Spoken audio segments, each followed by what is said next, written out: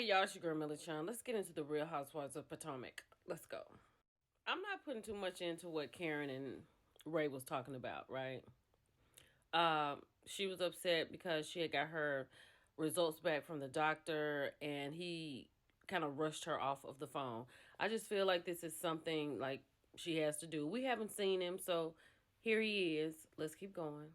So Mia and G has invited Juan and Robin to a cooking class.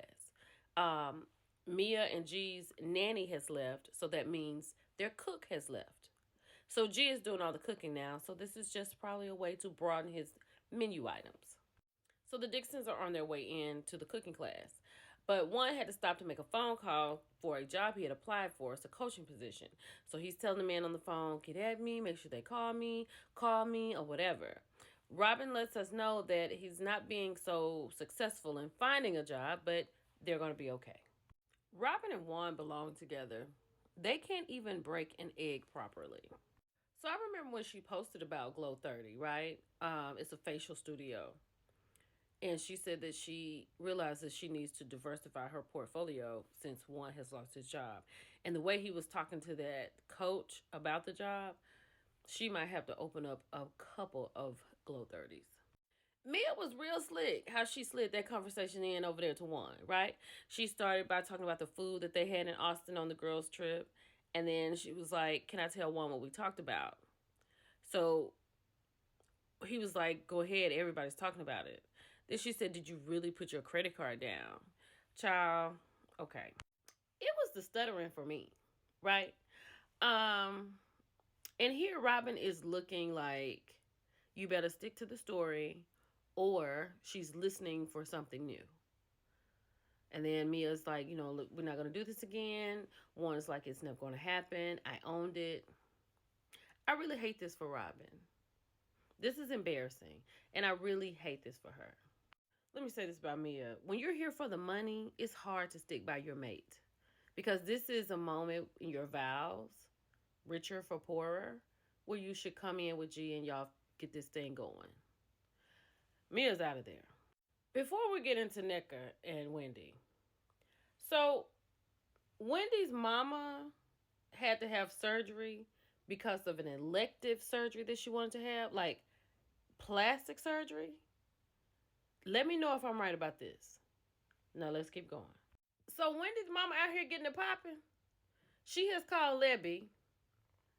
Then she talked about the shrine, which I don't think is in a bad way. But yeah, we don't need you praying for Nneka, child, because she will say anything. But Wendy's mama's getting it popping. Love Jazelle with her girls, right? And in this instance, Grace has graduated. She's getting ready to go to FAMU. And Jazelle wants to make sure she can take care of herself. So they're going to a self-defense class. That's not such a bad idea. But we're still with the Jason Jazelle storyline. And Grace is gone. And she said once the other girls are gone, she's not going to have anything else to do but go see Jason. Okay, we're still here. So a little bit is talking to her mom. She said she's about to go meet Nneka. But she said she had her mammogram and they found 2 lumps. And even though they're lymph nodes, she's uneasy about it. And she doesn't want to leave them there. She wants to do something about it because her family has a history of breast cancer. I get it, but we're just going to pray that everything is okay. All right? You just go get another one and it's going to be fine a little bit. Let's keep going. So this invite from Nneka to Candace was to see if they could be friends.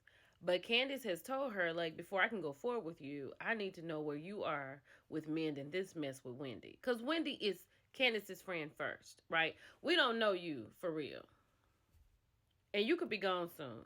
You really over there trying to be with the Green Eye Bandits. So she is aware that she has to kind of go at Candace's pace.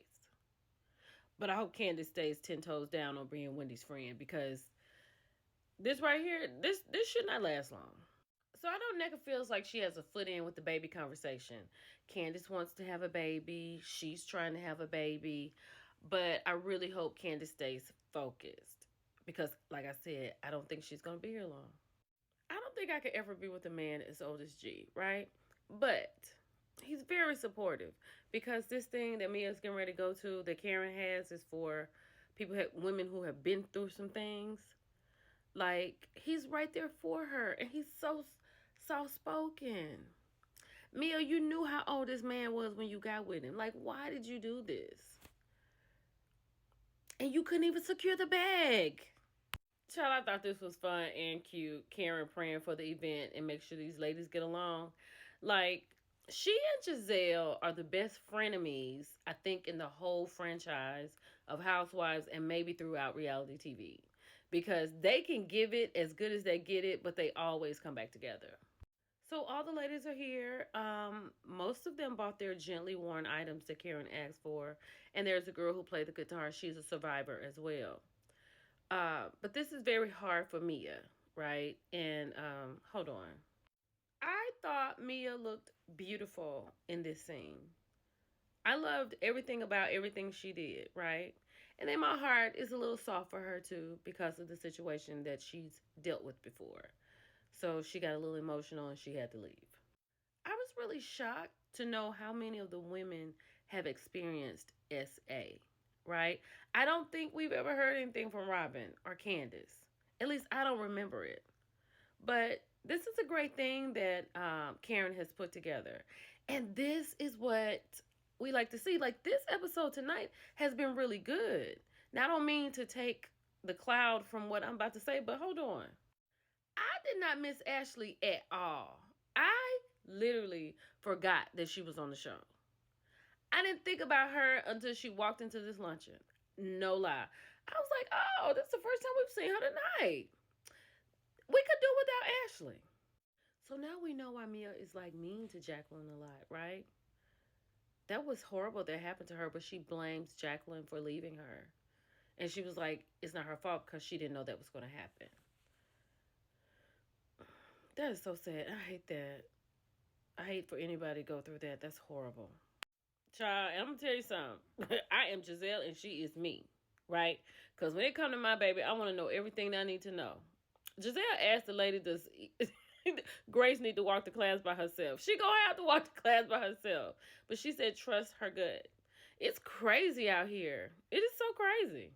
So at the end of the show, they provided a RAIN hotline phone number, 800-656-HOPE, for anybody who is struggling with this, gone through this, or you just have an inkling of an idea. We all we got, people. It's your girl, Millie Chan. Talk to y'all later. Bye.